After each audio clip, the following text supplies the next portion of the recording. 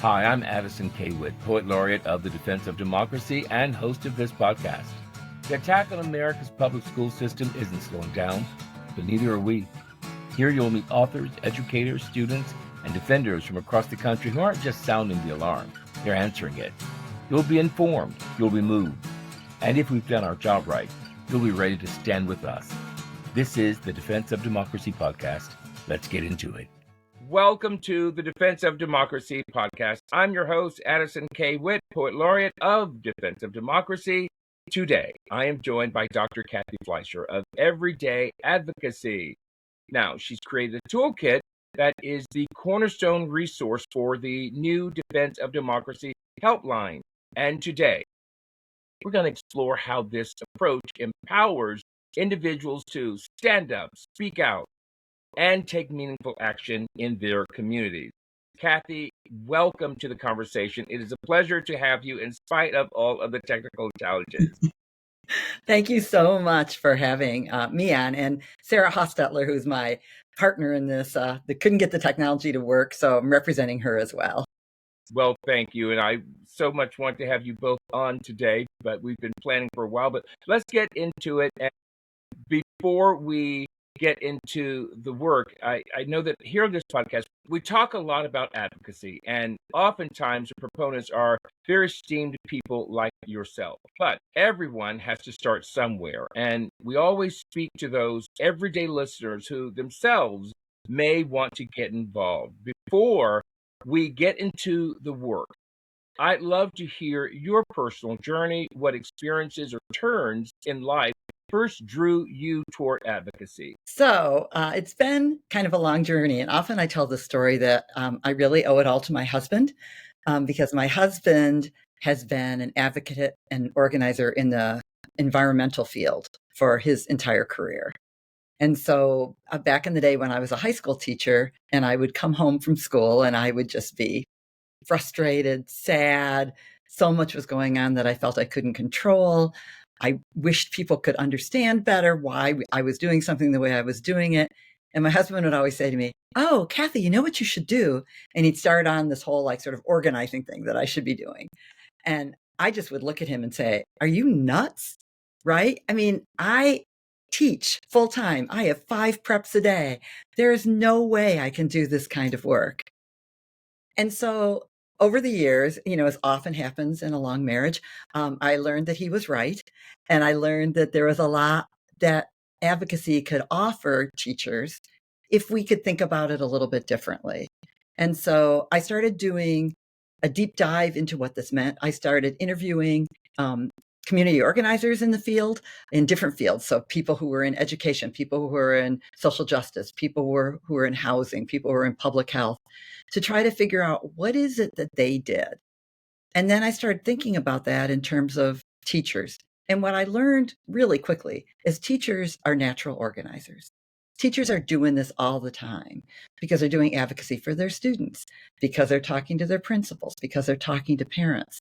So I learned there were so many connections between what formal advocacy and organizing were to what teachers are doing. And so that really got me excited about thinking about how to do this work and just helping teachers to recognize the natural instincts they have towards advocacy. That's really interesting because as you were explaining and sharing, I thought so much about being in the trenches and those people that are really in the everyday ins and outs, have a much broader understanding, and oftentimes are the people who can advocate the most or the best. Right. I know that many people think advocacy is something reserved for the outspoken or even the bold.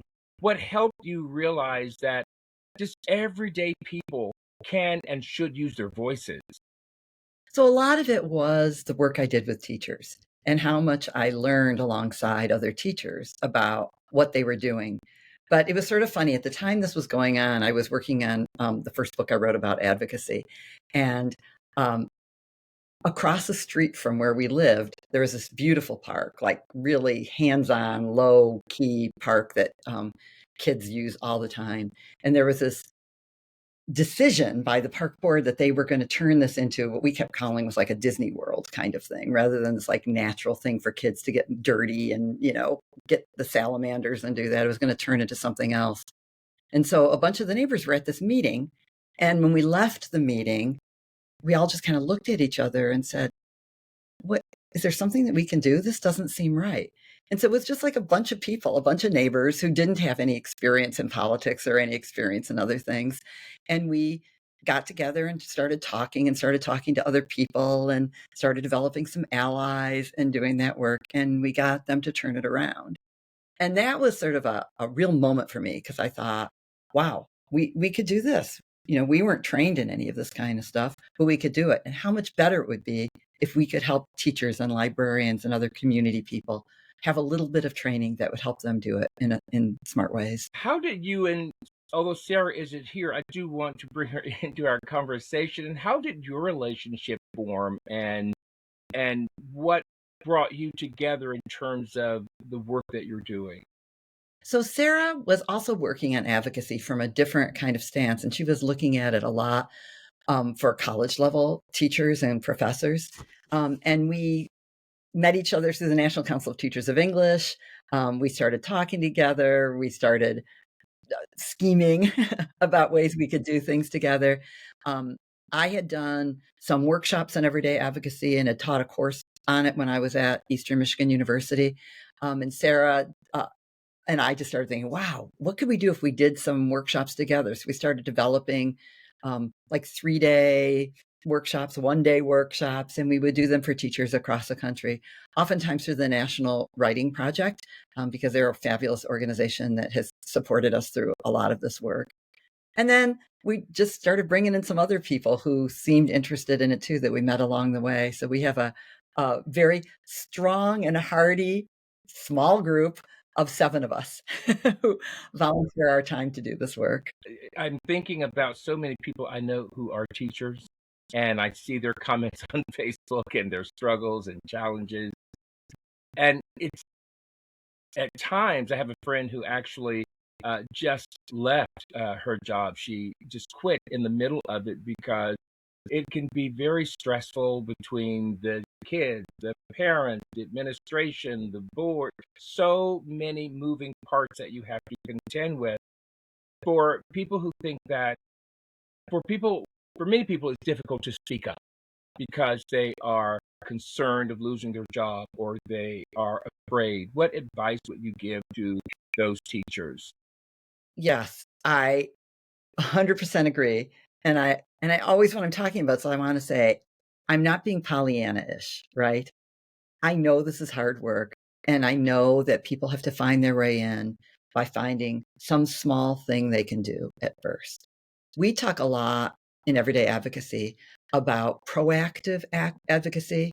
Like, what are the kinds of things you can do before the book bans really start, or before the curriculum gets ripped away from you, all those kinds of things. And so here's what we think. The sort of pillars of everyday advocacy are these: working in ways that are smart, safe, savvy, and sustainable. And we think these are really important for people to think about. So working in ways that are smart means that you have to know your issue, right? If the issue you're thinking about is book banning, it really is useful to read like the PEN America reports or the ALA reports to try to see what books are banned and why they're being banned. You also need to think for yourself about those books. Read them yourself so you can have some understanding about it. If you're reading them in a classroom, what your kids are saying about them. So that's what we mean by working ways that's smart. Get yourself educated on the topic that you care about. Working in ways that are safe means, how do you do this without losing your job? How do you do this without being that teacher that everybody will like, oh no, here she comes when you walk down the hall, right? You don't want to be that either. So when we talk about working in ways that are safe, that has to do with building allies and building awareness. Find some other people, even if it's just 1 or 2 other people who think the way you think, or who don't really know how they think maybe, but you could help them by raising awareness of this. So again, in the book banning thing, to be able to think about who else might be concerned that this might happen in your community, whether that is another teacher, whether that's an administrator, whether that's a parent, whether that's kids. and to try to help build awareness about, hey, did you know that these are the books that are banned? And do you know that this is the reason they're banned? To try to get other people to be sharing with you. Because one of the things we discover is people have so many values that you share, right? But you have to have the courage to just talk to some people and find it out. Okay, so working in ways that are savvy, that's the third one: smart, safe, savvy, and sustainable. So working in ways in savvy, that means learning a few of the strategic things you can do to help make change, which might be having a time when you have parents come in and you just share with them some of the books you're reading, or maybe starting a book club of books that are banned in places and having some teachers and community members join that to talk about them. It has to do with sort of community organizing tactics and community organizing strategies. And so we talk a lot about that in our everyday advocacy work. And the fourth one, the being sustainable, that has to do with how do you make this a part of your everyday life? Because if you're a teacher and it's one more thing, the way I used to think about it, there's no way you're going to do it. You don't have time. You're too busy. So if you can think about one small thing you can do, one of the things we offer is an advocacy calendar. So you can just kind of fill out, like, what am I going to do today? Today might be, I'm going to talk to somebody else in the hall about this. Or it could be, I'm going to ask an administrator to come in and sit in my classroom and see what happens when the kids talk about books that they've read. So it can start in really small ways. And those small ways, especially when you have allies, can build into something bigger. So I get it. I get it that teachers feel like they don't have enough time, that they're scared of losing their jobs, that they feel their voices don't matter. I get all of that. And at the same time, we've seen some success when people try this. I held that in as long as I could. So, fortunately, what you were saying was very interesting, and it made me think of so many different. What I love so much about what you were saying is that it's not just teacher to teacher or teacher to administrator. You talked about parents, or even getting a student who thinks similarly, and building this sort of coalition of people from different experiences who have shared values. Right. Exactly. I love that. You have done, or you have contributed, an extraordinary toolkit to the Defense of Democracy's helpline, one that gives people language, structure, and confidence. Now, a couple of months ago, I was in England and I was filming a TV series, and I was asked to record the opening for the helpline. And as I understand it, the Defense of Democracy helpline exists so that no student, educator, or family facing censorship or intimidation has to stand alone. It connects people to real tools, real advocates, and real protection. It's where fear meets support and where silence ends. At least that's the objective. So for someone calling the helpline for the first time, what does your toolkit offer them? So it offers a lot. And I want to add, so everybody knows, it's a free download. We didn't want to make it into something that anybody had to pay for. We wanted people to just be able to download and use it. So the playbook takes you through how to get an advocacy project started, from step one to step whatever. It gives samples of teachers who have created advocacy projects. It gives ideas for how you can make this happen, and it gives you support along the way. We talk about storytelling as advocacy. That's our first core idea about it. And we talk about how you can take your own story and have it shared with other people. So you move from the story of self to the story of us to the story of now. Who needs to hear these stories? What can we do with that? And that comes out of the work of Clifford Gantz, who we have Marshall. It comes from the work of Marshall Gantz, who is somebody that we refer to a lot in this. We also then have a section that talks about naming and framing. Really important to name your issue and to frame it in a way, usually a positive way, that will speak to other people. So we talk about that in this as well. And then the third idea is how to turn it into action. So we take teachers or librarians or people who want to use it through a step-by-step thing. What is your issue that you care about? How can you frame it in several different ways for different audiences? How can you develop allies around that? Who needs to hear it? So it's a very step-by-step thing. And then we also offer some additional things, right? We have samples of some teachers' work.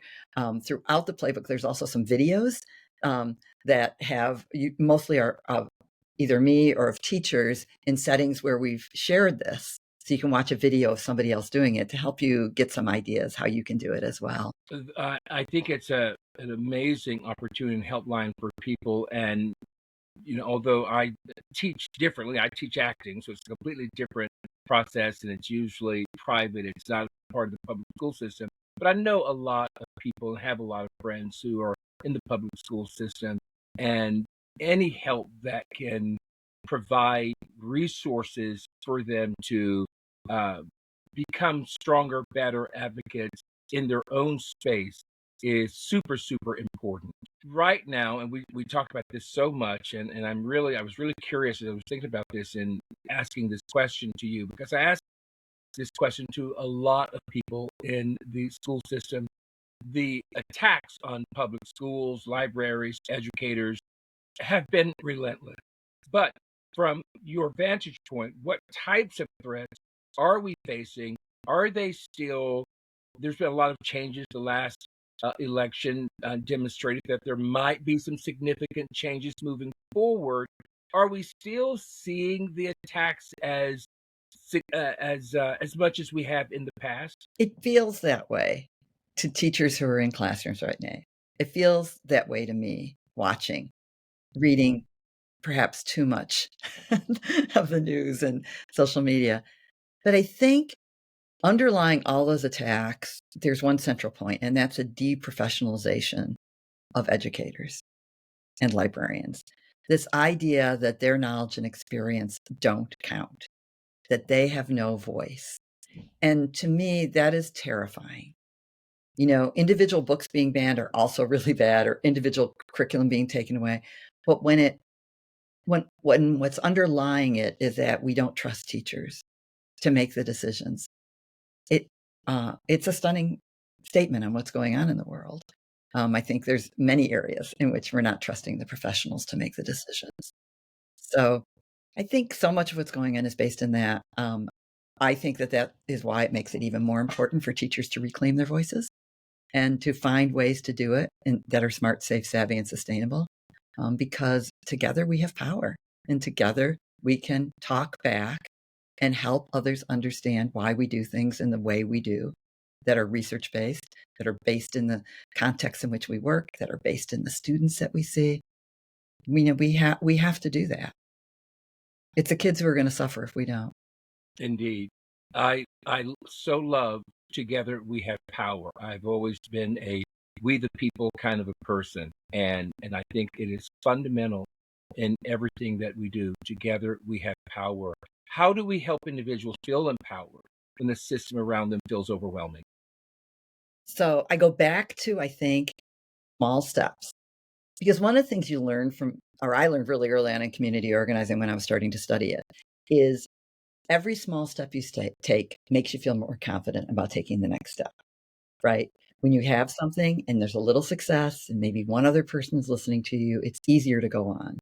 So to not think like, we're going to get rid of all banned books in the United States tomorrow, right? We're going to get rid of that whole banning thing. That's not going to work. So when you can think about what small step you can take in your community. And I wanted to share a story of a small step that a teacher I worked with took that I think is really cool. Please. So yeah, her name, a different Sarah. This teacher's name is Sarah Andrew Vaughn. And she had a class of ninth graders. And instead of the sort of traditional parent night where they come in and you hand out the curriculum and you say all the punishments that are going to happen if kids don't get things in on time and blah, blah, blah, she asked the parents to come to a meeting in which she started by asking them to take a minute and write about a memorable experience with reading and then a memorable experience with writing. And the parents wrote for a while. And then she asked people if they felt comfortable to start sharing them. And they shared all kinds of things. They shared memories of school. Oh, I hated it when there was red pen all over my paper. I loved it when I could just sit in my bed and just read till really late at night and no one bothered me and I could just read a book I cared about. They talked about how when writing really mattered. So when they were writing a eulogy for a relative, or when they were writing a letter to the editor, how when it mattered, how much they cared about it, and how many revisions they did, and how they really tried to make it so powerful. And so when they got done sharing, Sarah identified some of the things that they had said and then said, that's what I'm trying to do in my classroom. And it was such a wonderful moment because what I had the honor of being there and watching this happen. It was such a wonderful moment because it wasn't her top down saying, I'm using writing workshop, I'm using reading workshop, I'm doing this. She instead brought them along. So they were the ones who were saying that. Right. So she had this group of parents like eating out of the palm of her hand, right? Because they saw, because of their values, which led from their experiences, how important it was to have freedom to read and write. I love that. I know that we're short on time, but I also wanted to ask, for someone who is listening today who wants to advocate but doesn't know where to start, what's the first step, and how can our listeners use your toolkit immediately? And are there any practices or routines they can adopt? 100%. Absolutely. So I'd say a few things. We have a everyday advocacy website, everydayadvocacy.org, that has all kinds of information about the work that we do. And it also involves, has teacher stories for success stories that teachers have gone through, whether it's advocacy around banned books or other kinds of things. So you can go read the stories of other people and I think get inspired by that. You can also download the playbook right from our website, and that will just literally take you through a step-by-step kind of thing about how you can do everyday advocacy. The third resource I want to mention, which is I think really fun, we have a YouTube station, YouTube channel, I guess, Everyday Advocacy YouTube. And on that, we have both this same collection of teacher stories, but we also have these amazing author stories in which we asked authors to just record a 3 to 5 minute recording of a time in which they realized that one of their books made a difference in the life of a young person. You notice how we frame that. It wasn't tell us an awful experience about being banned. It's about tell us about an experience when you learned that it made a difference in the life of a young person. And we have some amazing authors who've told some really great stories. So we love those. We think that those are a really cool thing for anybody to listen to. But if you're trying to do something in your classroom or with a group of people, to be able to ask them to share a story, right, of when a book made a difference in your life, as Sarah did with the parents in her curriculum night, but then also play some of these author stories and try to see where are their parallels, where are the values shared, what are the things we really can know about books and why books are important. It's so important to remember education is fundamental to our society, to a healthy society, a healthy democracy, and how much the methods and the approaches to education and the way we educate evolve over time. And to have you finding ways to, you and Sarah and others, finding ways to help people evolve, because it is very stressful, it's very challenging. You have so many factions coming at you, or you feel that they're coming at you, Right. that it's really, really challenging. Is there any final thing you'd like to add before we close? I just want to say to the teachers and the librarians and all the other people who are concerned about this, I feel you. I have sleepless nights, right? Because I worry so much about what's going on. And this is our small thing that might be able to help you guys as you're trying to make change, get your voices heard, and remember that teachers are so important. They're like the pillar of society that help create a new generation all the time, new generations of people who are thinking, who are critical thinkers, who are proud to have their voices raised too. So the work that teachers do is a miracle, and any way we can support it, we want to. Cathy, thank you so much for joining me today and having this conversation. I believe it's a conversation of hope and strategy and some grounded guidance that you have brought and you bring to the work. To our listeners, the Defense of Democracy Helpline exists because of people like Cathy and Sarah. Although she's not here with us today, we miss her, but they do help to empower those on the front lines. If you believe in supporting public schools, protecting educators, and defending our democracy, we invite you to get involved. Your voice matters, your advocacy matters, and your contribution, whether time, energy, or a year-end donation, truly keeps this work alive. Thank you for listening. I'm Addison K. Witt. This is the Defense of Democracy podcast. Defense of Democracy is the only national, nonpartisan, nonprofit organization dedicated to protecting our schools and libraries from attacks by anti-government extremist organizations like Moms for Liberty. We count on listeners like you to support our work. If you would like to make a tax-deductible donation to Defense of Democracy, please visit defenseofdemocracy.org and click support. 100% of your contribution helps our work, including the production of this podcast. If you are a business and would like to learn about corporate sponsorships of the podcast, which start at $250 per month, please contact info@defenseofdemocracy.org.